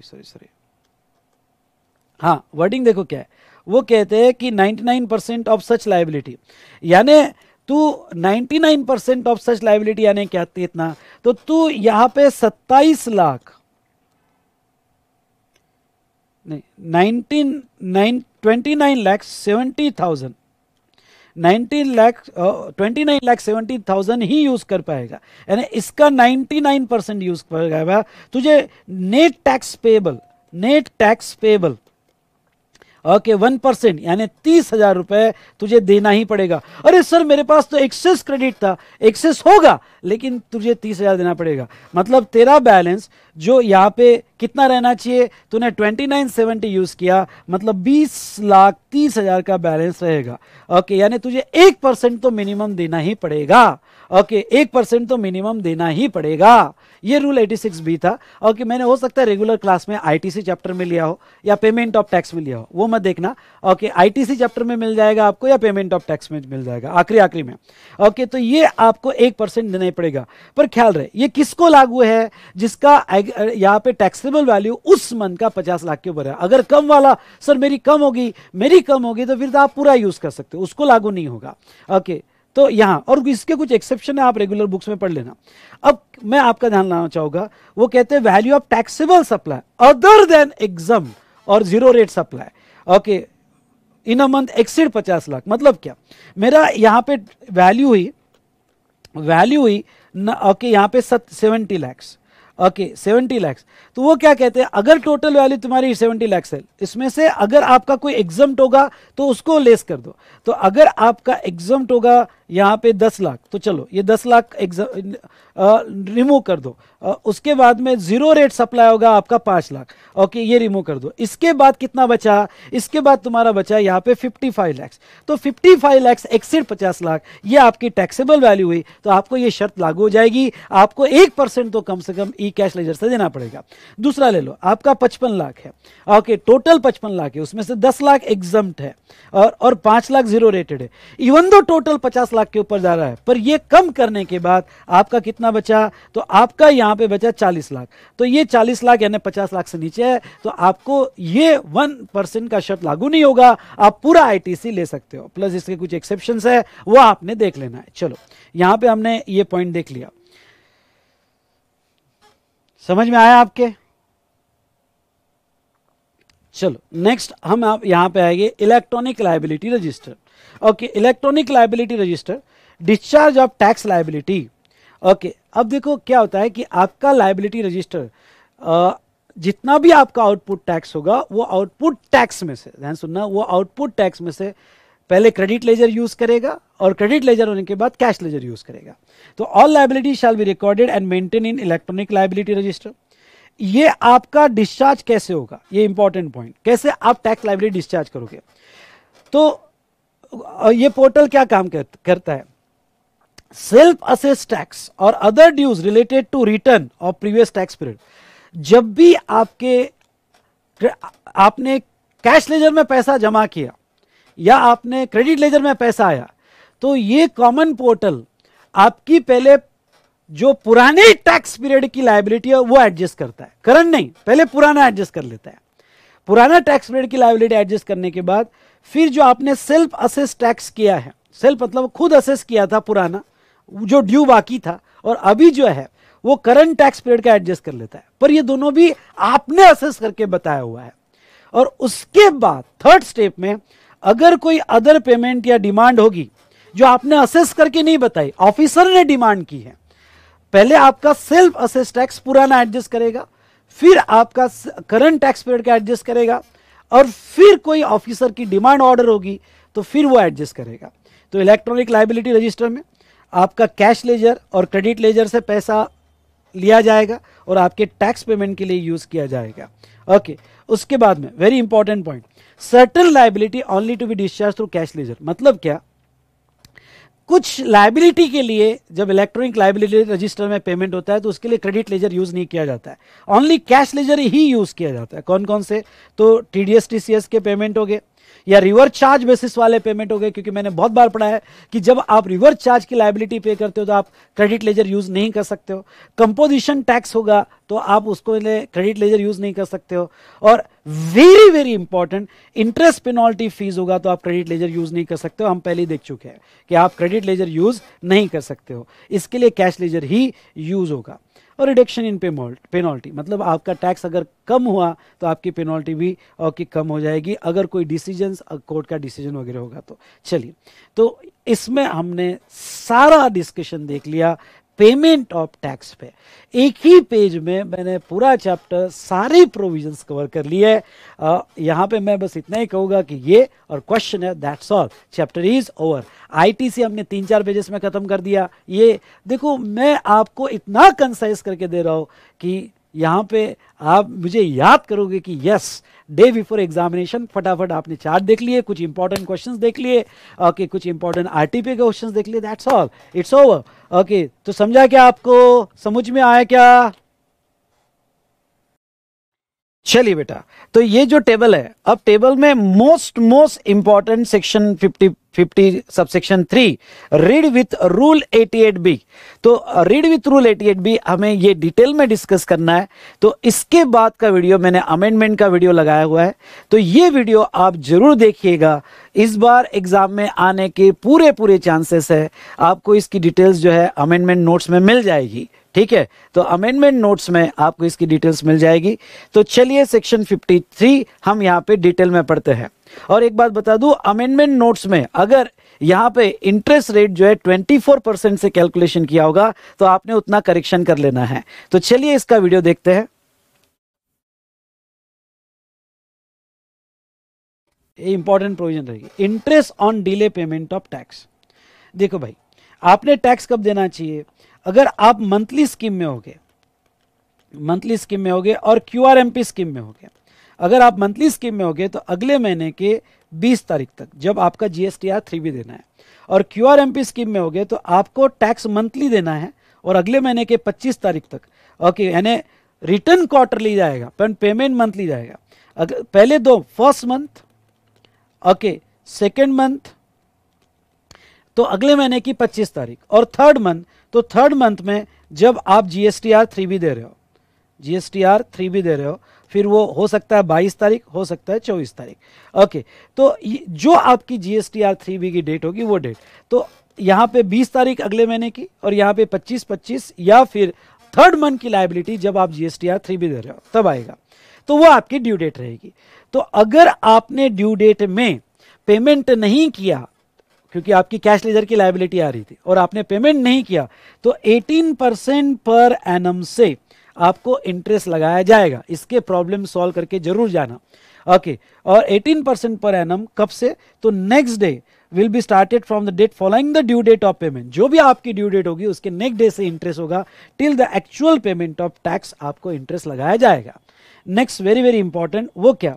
Okay, provided that interest on tax payable shall be levied on that portion of tax that will be debited to electronic cash ledger। मतलब ये हुआ कि आपकी ग्रॉस लायबिलिटी है, ध्यान से सुनना, और आपकी ग्रॉस लायबिलिटी है 50 लाख रुपए, जिसमें से आईटीसी जो है आपका वो है 30 लाख रुपए। यानी आपकी जो इलेक्ट्रॉनिक क्रेडिट लेजर से देना आएगा, इलेक्ट्रॉनिक कैश लेजर से, तो जो इलेक्ट्रॉनिक कैश लेजर से देना आएगा वो कितना आएगा भाई? वो आएगा 20 लाख रुपए। तो जो आपको इलेक्ट्रॉनिक कैश लेजर को डेबिट करना है उस पर इंटरेस्ट आएगा, यानी आपके ग्रॉस लाइबिलिटी पे नहीं आएगा। ये 20 लाख रुपए ओके पे इंटरेस्ट आएगा इंटू 18% इंटू जो भी नंबर ऑफ डेज होगा। समझ लो आप 20 दिन लेट हो गए तो 20 डिवाइडेड बाय 365 अगर, तो इस तरह से आपका इंटरेस्ट निकाला जाएगा। लेकिन इसका एक और मीनिंग देखो, और क्या मीनिंग देखो, देखो भाई आपकी दो लायबिलिटी थी। एक लायबिलिटी जो थी वो आपकी आउटपुट टैक्स की लायबिलिटी थी, ओके आउटपुट टैक्स की लायबिलिटी थी, और एक दूसरा आरसीएम की आपकी लायबिलिटी थी। भाई आरसीएम में रिवर्स चार्ज, पर वो इनवर्ट सप्लाई की लायबिलिटी थी। अब आपकी आउटपुट टैक्स लायबिलिटी जो है वो है 50 लाख, ओके, और आपका आरसीएम है 5 लाख रुपए, ओके, आपका आरसीएम है 5 लाख रुपए। तो ऐसे सिचुएशन में ध्यान से सुनिएगा, 5 लाख रुपए, तो ये तो आपको मालूम है आपका जो आईटीसी है वो आप आईटीसी यूज करना है, तो आप आरसीएम पेमेंट के लिए यूज नहीं कर सकते। आपके पास 30 लाख का आईटीसी है, तो 30 लाख का आईटीसी आप सिर्फ आउटपुट टैक्स में यूज कर सकते हैं। मतलब क्या, मतलब आपको 20 लाख रुपए इलेक्ट्रॉनिक कैश लेजर को डेबिट करने हैं, ई कैश लेजर को ओके आपको डेबिट करने हैं 20 लाख, प्लस 5 लाख आरसीएम के डेबिट करने हैं, ओके ये 5 लाख आरसीएम के डेबिट करने हैं। तो इन शॉर्ट आपकी जो लायबिलिटी आएगी, हाँ ये आईटीसी में आपका आरसीएम का भी आईटीसी कवर हो गया, ठीक है। इन सिंपल वर्ड आपको इलेक्ट्रॉनिक कैश लेजर से कितना पे करना है, तो आपको 25 लाख पे करना है, तो ये 25 लाख पे इंटरेस्ट निकाला जाएगा। इसलिए एग्जाम में लिखते वक्त नेट लायबिलिटी वर्ड मत यूज करना, क्योंकि नेट लायबिलिटी मतलब फिर हुआ वो तो ये हुआ 20 लाख ही हुआ आपकी नेट लायबिलिटी, नहीं। एग्जाम में वर्ड यूज करना कि जो इलेक्ट्रॉनिक कैश लेजर को डेबिट किया जाएगा, मतलब आपकी output net tax liability plus RCM, ये दोनों का मिला के ओके जो इलेक्ट्रॉनिक कैश लेजर को डेबिट होगा उस पर इंटरेस्ट निकाला जाएगा, अगर वो आपने ड्यू डेट को पे नहीं किया। डन डना डन डन। इस तरह से हमारा सेक्शन 50 भी खत्म होता है। मजा आ गया आपको? यस और नो? बोलिए जोर से, यस और नो?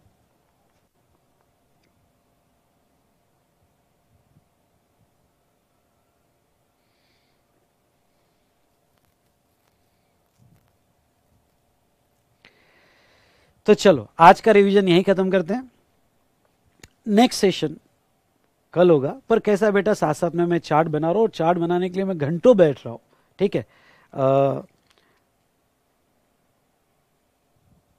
तो ऐसे केस में हो सकता है कि एक आध दिन कम ज़्यादा हो, पर आप अपनी पढ़ाई चालू रखिएगा, सेल्फ स्टडी चालू रखिएगा। ये तो रिवीजन मेरे तरफ से आपको एक्स्ट्रा या सपोर्ट है। डन?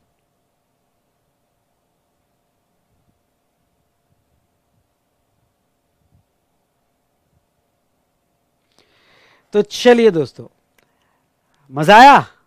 आज का सेशन यहीं रोकते हैं, नेक्स्ट सेशन में कंटिन्यू करेंगे।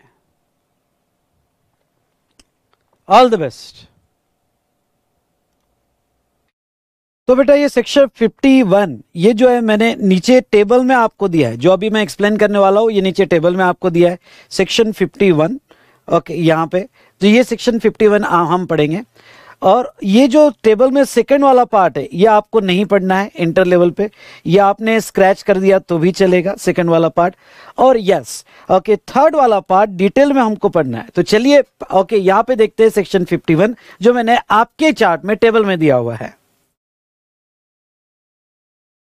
अब हो सकता है बेटा आपके नोट्स में, ध्यान से सुनिएगा, आपके नोट्स में या मैंने क्लास जो लिया होगा तो हो सकता है यहां पे मैंने कैलकुलेशन 24% पर एनम से किए हो, लेकिन आपको अकॉर्डिंगली अब करेक्शन कर लेना है। ओके यहां इंटरेस्ट जो है 24% पर एनम से नहीं लगेगा, आपको करेक्शन करना है और वो इंटरेस्ट 18% पर एनम से लगेगा। आई रिपीट, इंटरेस्ट आपको 18% पर एनम से लगेगा सेक्शन 50 सबसेक्शन 3 का। और ये जो इंटरेस्ट है ओके आपको 18% से किस तरह से कैलकुलेट करना है मैं आपको आगे बताऊंगा। डन? यहां तक क्लियर? यहां तक क्लियर?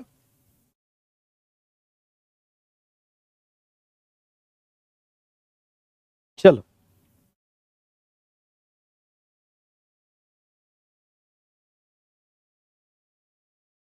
चलिए बेटा, अब नीचे टेबल पे आ जाओ, आप नीचे टेबल पे आ जाओ। आपको section 50 read with rule 88B, rule में थोड़ा और चीज क्लैरिफाई किया है। और देखो क्या, अब देखो इंटरेस्ट जो है यहां पे, सुनो, इंटरेस्ट जो है यहां पे 3 तरीके से लगाए गए हैं। 88B सबसेक्शन 1 रीड विथ, मतलब सेक्शन 50 में मैं एक्सप्लेन कर चुका हूं, साथ साथ में रूल 88B भी दिया है। If tax has been belatedly paid through credit balance on account of delay filing of return, on account of delay filing of return before commencement of proceeding under section 73 और 74, simple word में ये 73 74 बाद में देखेंगे। Okay, ये अभी कोई relevant नहीं है, पहले समझ लो। अगर आपका, सुनो, आपका बिलेटेड पेमेंट है और आपका टैक्स मतलब आउटपुट टैक्स, और ये आउटपुट टैक्स का बिलेटेड पेमेंट है, तो सेक्शन 50 सबसेक्शन 1 में क्या रेट ऑफ इंटरेस्ट है बेटा? 18% पर एनम। कब से आपको इंटरेस्ट लगेगा? Interest to be paid for a period of delay in filing said return beyond the due date up to date of filing GSTR 3B, यानी next day after due date till the date of filing your GSTR 3B and till the date of payment। Okay, यानी आपका interest जो लगेगा वो आपका next day से calculate होगा। और कितना अमाउंट पे टैक्सेबल होगा? तो जो आप इलेक्ट्रॉनिक कैश लेजर से पे करोगे, इलेक्ट्रॉनिक कैश लेजर से पे करोगे मतलब net tax payable after ITC plus tax under RCM, tax under RCM। Okay, तो उतने अमाउंट पे आप यहां पे करोगे। ठीक है, डन। चलो अब नहीं, ये तो सिंपल था, सेक्शन 50 सबसेक्शन 1 का इंटरेस्ट। ओके, आप जो है यहां पे नेक्स्ट डे से पे करोगे, और नेक्स्ट डे से जो पे करोगे आप आपकी net GST liability plus RCM, जो पेमेंट आप इलेक्ट्रॉनिक कैश लेजर के थ्रू करोगे। यहां तक समझ में आया? चलिए,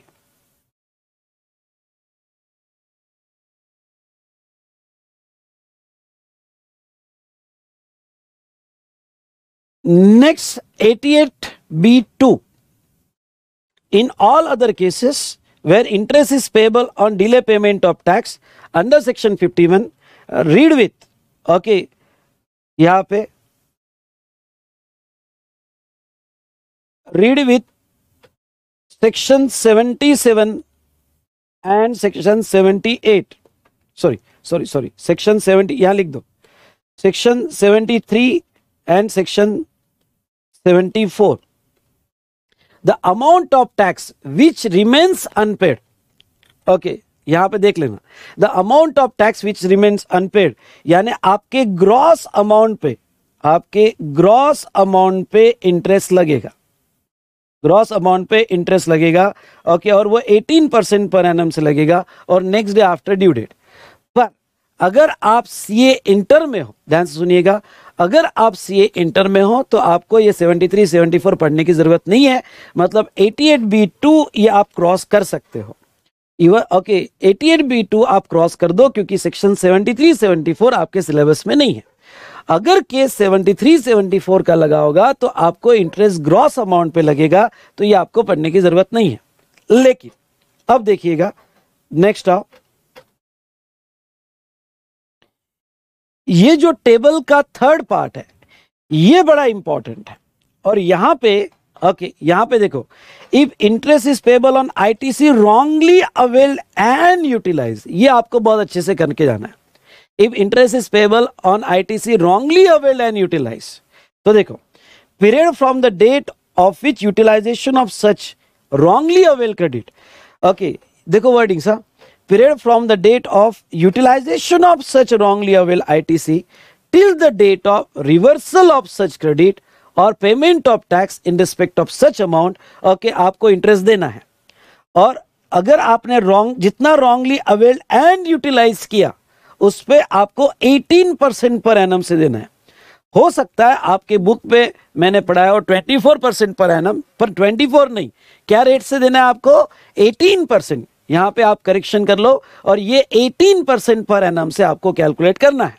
ओके, नोटिफाइड रेट, ये आपको करेक्शन यहां पे करना है। चलिए, तो ये 18% पर एनम से आपको कैलकुलेट करना है। यहां तक क्लियर? नेक्स्ट नेक्स्ट अब आ जाओ आप नेक्स्ट डिस्कशन पे।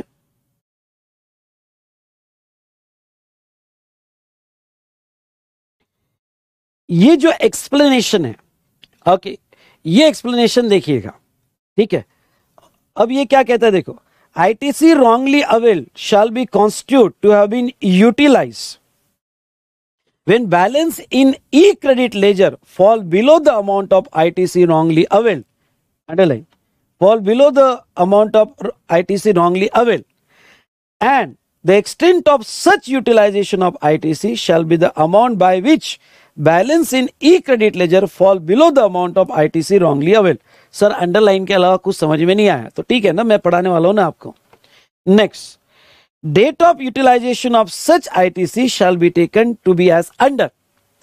If balance in e-credit ledger fall below the amount of ITC wrongly availed on account of payment of tax through said return, the date of utilization of such ITC shall be earlier of date on which return is due to furnish और actual date of filing return, उस दिन date of utilisation माना जाएगा। B, when balance in e credit ledger fall below the amount of ITC wrongly availed in all other cases, बाकी अगर return की cases other cases होगी, the date on which utilisation of such ITC shall be the date of debit to electronic credit ledger. All other cases मतलब वो situation में आपका जो balance है रिफंड दे दिया, रिफंड की वजह से डेबिट कर दिया। सर ये कुछ भी समझ में नहीं आया, ओके, मैं बैठा हूं, समझेगा। ओके सर, यहां तक हमने अंडरलाइन किया उतना ही इनफ है, अंडरलाइन किया उतना ही समझ में आया तो इनफ है, ठीक है। चलो ये दोनों पॉइंट मैं आपको बहुत अच्छे से समझाता हूं।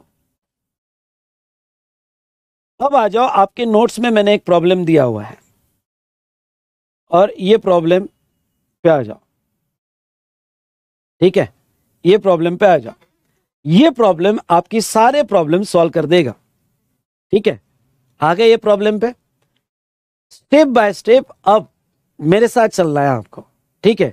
ये जो प्रॉब्लम है, ये प्रॉब्लम ओके, आपके पुराने नोट्स में मैंने कुछ भी दिया होगा, इग्नोर इट, और आपके नोट्स में ऐसा करेक्टेड प्रॉब्लम होगा तो ये आपको फॉलो करना है।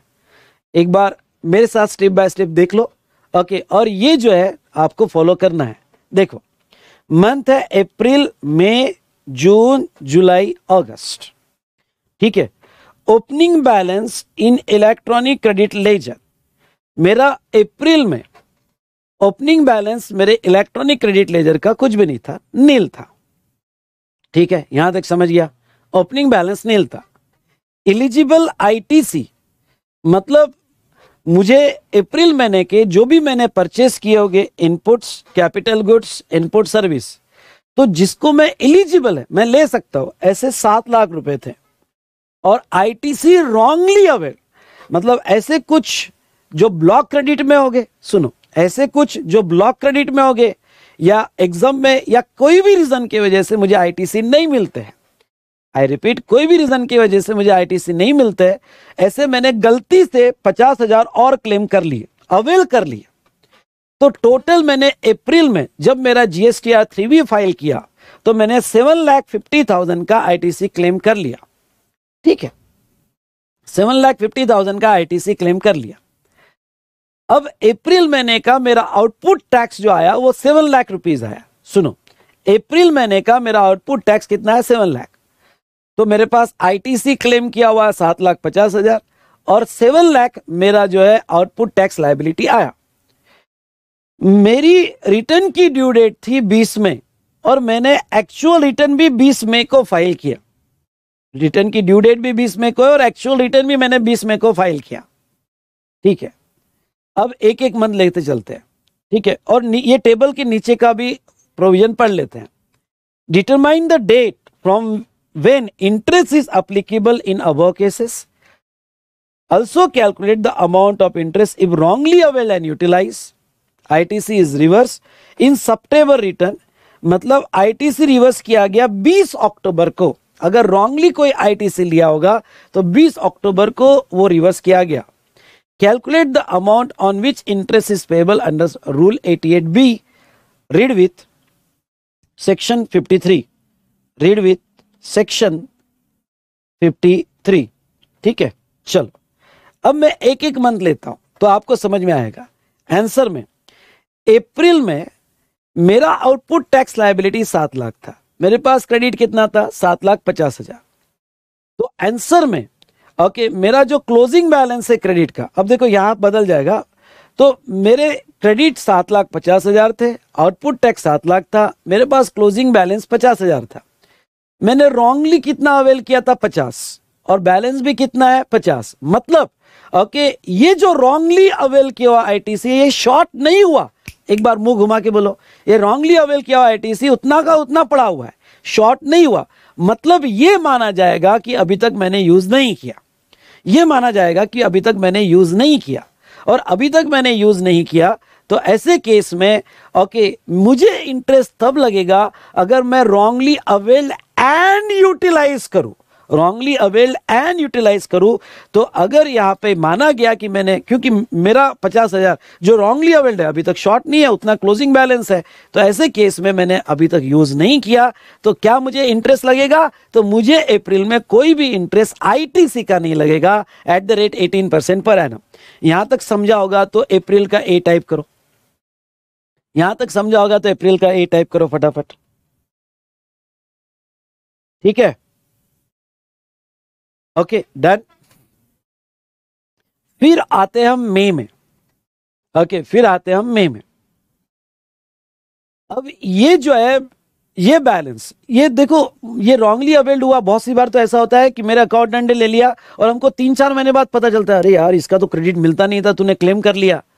अब ये जो है 50,000 नेक्स्ट मंथ में ओपनिंग बैलेंस बना, ओके नेक्स्ट मंथ में ओपनिंग बैलेंस बना 50,000 रुपए। ठीक है, कोई दिक्कत नहीं। ओके यहां पे अब नेक्स्ट मंथ में जब ओपनिंग बैलेंस बना, अभी तक मैंने रिवर्स नहीं किया क्योंकि ये रिवर्स मैंने 20 अक्टूबर को किया हुआ है, तो वो मई में भी कंटिन्यू रहा।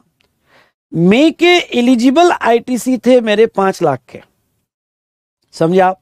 मई के एलिजिबल आईटीसी थे 5 लाख के, डन। अब मेरा मई का टोटल आईटीसी हुआ वो ओपनिंग बैलेंस और एलिजिबल 5 लाख। क्या मैंने मई में कोई रॉन्गली अवेल किया? नहीं, मई में कोई भी मैंने रॉन्गली अवेल नहीं किया हुआ है। ओके तो कोई दिक्कत नहीं। टोटल मेरा कितना हो गया 5,50,000। मई की आउटपुट टैक्स लायबिलिटी मेरी 5 लाख, तो मेरे पास क्लोजिंग बैलेंस 50,000। तो मैंने जो रॉन्गली अवेल किया आईटीसी आज भी 50 वैसे का वैसा पड़ा हुआ है, वो अभी तक शॉर्ट नहीं हुआ है, वो अभी तक शॉर्ट नहीं हुआ है। तो कोई दिक्कत नहीं, मुझे इंटरेस्ट नहीं लगेगा, क्योंकि इंटरेस्ट तभी लगेगा जब मैं उसको यूज करूंगा। इंटरेस्ट तभी लगेगा जब मैं उसको यूज करूंगा। मैंने यूज किया ही नहीं तो अभी तक मुझे इंटरेस्ट नहीं लगेगा। ओके यूटिलाइज तभी बोला जाएगा जब ये शॉर्ट हो जाएगा। तो दोस्तों मुझे बताओ, ओके मैं समझा क्या आपको? ओके मैं समझा क्या आपको? डन। चलो मैं समझा होगा तो एम टाइप कीजिएगा फटाफट। उसके बाद में नेक्स्ट, अब आ गया जून। ये 50,000 बैलेंस जून में कैरी फॉरवर्ड हुए। अब ये जो 50,000 का बैलेंस जून में कैरी फॉरवर्ड हुआ और उसके ऊपर जून में कैरी फॉरवर्ड हुआ और उसके ओके फिर मैंने 3 लाख का आईटीसी लिया। टोटल मेरे पास 3,50,000 का आईटीसी हो गया। अब मेरी जून की आउटपुट टैक्स लायबिलिटी 3,30,000 थी। अब 3,30,000 में मैंने आईटीसी यूज कर लिया तो मेरे पास क्लोजिंग बैलेंस 20 हो गया। मतलब क्या? मतलब जो रॉन्गली अवेल किया हुआ आईटीसी वो शॉर्ट हो गया, और वो शॉर्ट टू दैट अमाउंट। कितने अमाउंट से शॉर्ट हुआ? 30,000 से। तो जितने अमाउंट से शॉर्ट हुआ उतने अमाउंट से आपको इंटरेस्ट लगेगा। तो 30,000 से शॉर्ट हुआ तो मुझे इंटरेस्ट 30,000 पे लगेगा। तो देखो क्या अब अगर आप आंसर देखोगे तो क्या अप्रैल में मुझे इंटरेस्ट लगेगा? क्या नहीं, क्योंकि मैंने रॉन्गली अवेल तो किया था पर यूटिलाइज नहीं किया, और जब तक मैं यूटिलाइज नहीं करूंगा तब तक मुझे इंटरेस्ट नहीं लगेगा। पर क्या मुझे जून में लग जाएगा क्या इंटरेस्ट? यस। जून में कितने अमाउंट पे इंटरेस्ट लगेगा? 30,000 पे इंटरेस्ट लगेगा। जून में मुझे इंटरेस्ट कितने अमाउंट पे लगेगा? 30,000 पे लगेगा। चलो यहां तक मुझे समझ में आ गया, ठीक है। अब ये जो जून में 30,000 पे मुझे इंटरेस्ट लगेगा, ये कब से लगेगा? कौन सी डेट के लगेगा? तो अब सेक्शन 50 सबसेक्शन 3 में read with rule 88B3 okay, interest जो है आपका कब से लगेगा? तो इंटरेस्ट जो है date of filing, due date of return और date of actual return which is earlier. मतलब आपकी लास्ट डेट ऑफ रिटर्न 20 तारीख है, अगर आपने 20 तारीख या उसके पहले रिटर्न एक्चुअल हो सकता है, आप 18 को भी रिटर्न दे सकते हो, 17 को भी दे सकते हो, तो दोनों डेट में से विच इज अर्लियर उस दिन से आपका इंटरेस्ट चालू होगा। तो मेरी ड्यू डेट 20 तारीख है, मैंने एक्चुअल 20 तारीख को ही दिया है, तो मेरा इंटरेस्ट यहाँ पे 20 तारीख से चालू हो जाएगा। ओके, विच इज अर्लियर, तो दोनों में विच इज अर्लियर में ओके 20 जो है ओके अर्लियर होगा, तो मेरा एक्चुअल इंटरेस्ट 20 तारीख से चालू होगा। मतलब क्या हुआ? मतलब अब सर तो 20 से होगा या 21 से? नहीं, ओके यहाँ पे जो इंटरेस्ट की डेट होगी डेट ऑफ यूटिलाइजेशन, और डेट ऑफ यूटिलाइजेशन जो है वो ड्यू डेट नेक्स्ट डे नहीं, date of utilisation, date of return और ड्यू डेट ऑफ रिटर्न या actual filing return which is earlier. तो ऐसे केस में आपको 21 से मत लेना, जिस दिन आपने यहाँ पे ओके विच इज अर्लियर आया रिटर्न का, वहां से लेना। यानी आपका जो है 20 जुलाई से, नेक्स्ट डे से नहीं। देखो, delay payment of output tax होगा सेक्शन 50 सबसेक्शन 1 का, तो वहां नेक्स्ट डे से लेना। और रॉन्गली अवेल और यूटिलाइजेशन का होगा तो विच एवर इज अर्लियर जो डेट आई वो, तो 20 जुलाई से आपका इंटरेस्ट चालू होगा। और ये आपने ओके रिवर्स या पे कब किया? 20 अक्टूबर को, तो 20 जुलाई से 20 अक्टूबर, तो 20 जुलाई यानी 20 को भी कंसीडर कर लेना, तो जुलाई के हो जाते हैं यहाँ पे 12 दिन। आई रिपीट, लो कैलकुलेटर, जुलाई के हो जाते हैं 12 दिन, अगस्त के हो जाते हैं 31। ओके कैलकुलेटर लो, देखते हैं यहाँ पे। ओके तो जुलाई के हो गए 12 प्लस अगस्त के हो गए 31, सितंबर के हो गए 30 प्लस अक्टूबर के हो गए, एक मिनट, जुलाई के 12 प्लस 31 प्लस जुलाई अगस्त सितंबर के 30 प्लस अक्टूबर के 20, तो यहाँ पे 93 डेज। एक बहुत इंपॉर्टेंट बात है कि नेक्स्ट डे से नहीं लेना है, आपको डेट ऑफ यूटिलाइजेशन से ही लेना है। तो 93 डेज का 18% पर एनम से okay divided by 365 1376 round up करके आपका आ जाएगा। ये समझा क्या बेटा? अगर जून समझा होगा तो जे टाइप कीजिएगा। तो यहाँ पे 50,000 रुपये लगेगा या जितना शॉर्ट हो गया उतना, तो जितना शॉर्ट हो गया, कितने से शॉर्ट हो गया? 30,000 से शॉर्ट हो गया, तो जितना शॉर्ट हुआ उतने से लगेगा। यहां तक समझा क्या? चलिए अब आगे, ये 20,000 का बैलेंस आगे कैरी हुआ 20,000, एलिजिबल क्रेडिट 6 लाख रुपए है। ओके आगे कैरी हुआ, एलिजिबल क्रेडिट 6 लाख रुपए है, टोटल 620 हो गया। इसमें से मेरी आउटपुट में मैंने 610 यूज कर लिया। आउटपुट में 610 यूज करने के बाद मेरे पास बैलेंस 10,000 रहा। तो अब मेरा और कितना शॉर्ट हो गया? अब शॉर्ट 40 मत कर लेना, ठीक है, उसमें से 30 का तो इंटरेस्ट हमने ले लिया पूरा। अब वापस जो है वो शॉर्ट हो गया 10, तो ये 10 पे इंटरेस्ट लगेगा। अब 10 पे इंटरेस्ट लगेगा, कौन से मंथ का? जुलाई। इंटरेस्ट कब से लगेगा? Due date of return actual, आपकी ड्यू डेट थी 20 तारीख और आपने एक्चुअल रिटर्न दिया 18 तारीख, तो which ever is earlier. Okay which ever is earlier, तो ऐसे सिचुएशन में आपका अर्लियर 18 तारीख है, तो आपको जो है यहां पे 18 अगस्त से, यानी जुलाई का इंटरेस्ट देखो, तो 18 अगस्त से तो 20 अक्टूबर का 10,000 रुपए पे 18% पर एनम से इंटरेस्ट लगेगा। अगर आप नंबर ऑफ डेज देखोगे तो वो 64 डेज हो जाएंगे। ओके 64 डेज हो जाएंगे। यहां तक समझा क्या? तो ये हुआ बेटा जुलाई, तो 64 डेज का आपको इंटरेस्ट यहां पे देना है। डन। ओके उसके बाद में अब ये 10,000 रुपए वापस कैरी फॉरवर्ड हुए अगस्त में, टोटल 5,10,000 हुआ, 5 लाख एलिजिबल आईटीसी, और पूरा का पूरा यूज हो गया। मतलब ओके आपने अगस्त में ये 10,000 रुपए भी यूज कर लिए, तो आपको वो 10,000 रुपए पे अगस्त से इंटरेस्ट लगेगा। यानी जब जब जितना जितना यूज करोगे, ये बड़ा इंपॉर्टेंट वर्ड है, जब जब जितना जितना यूज करोगे उतने पे इंटरेस्ट लगते जाएगा। तो ये 10,000 रुपए पे आपको, okay, no doubt whichever is earlier, आपकी ड्यू डेट थे 20 तारीख और आपने रिटर्न दिया 25 को, लेट दिया, विच एवर इज अर्लियर, तो ये 20 तारीख से तो आपको इंटरेस्ट लगना चालू हो जाएगा। तो ये 20 सितंबर से लेके 20 अक्टूबर 31 डेज का इंटरेस्ट आपको लग जाएगा ऑन दैट 10,000 18% पर एनम। ये समझने में बहुत आसान है। अगस्त समझा क्या? अगस्त समझा होगा तो ए टाइप कीजिएगा।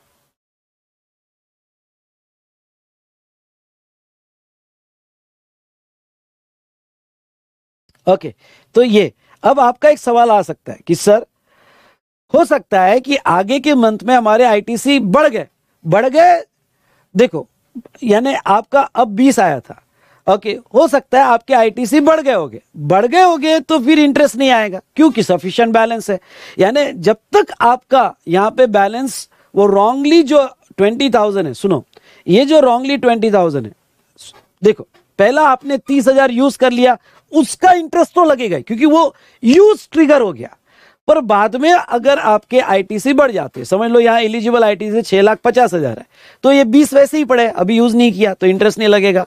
फिर आगे बढ़ जाते हैं तो वैसे ही पड़े, पर कभी अगर फ्यूचर में 20,000 से शॉर्ट हो गए, 20,000 से भी शॉर्ट हो गए, तो जितना आप यूज करोगे उतना इंटरेस्ट लगेगा। I hope you understood. तो चलिए, ये था regarding to calculation of interest. अब आपको ये वाला पॉइंट समझ में आएगा। देखो, ITC wrongly availed shall be considered to have been utilized when balance in e-credit ledger। कब बोला जाएगा कि आपने यूटिलाइज किया? When balance in e-credit ledger fall below the amount of ITC wrongly availed। जब भी आपका बैलेंस क्रेडिट लेजर का जितना रॉन्गली अवेल था उससे कम जाएगा, बढ़ते जाएगा तो कोई दिक्कत नहीं, इंटरेस्ट नहीं लगेगा, पर जैसे ही उससे कम हो जाएगा, जितना आपने यूज किया उतना इंटरेस्ट लगते जाएगा।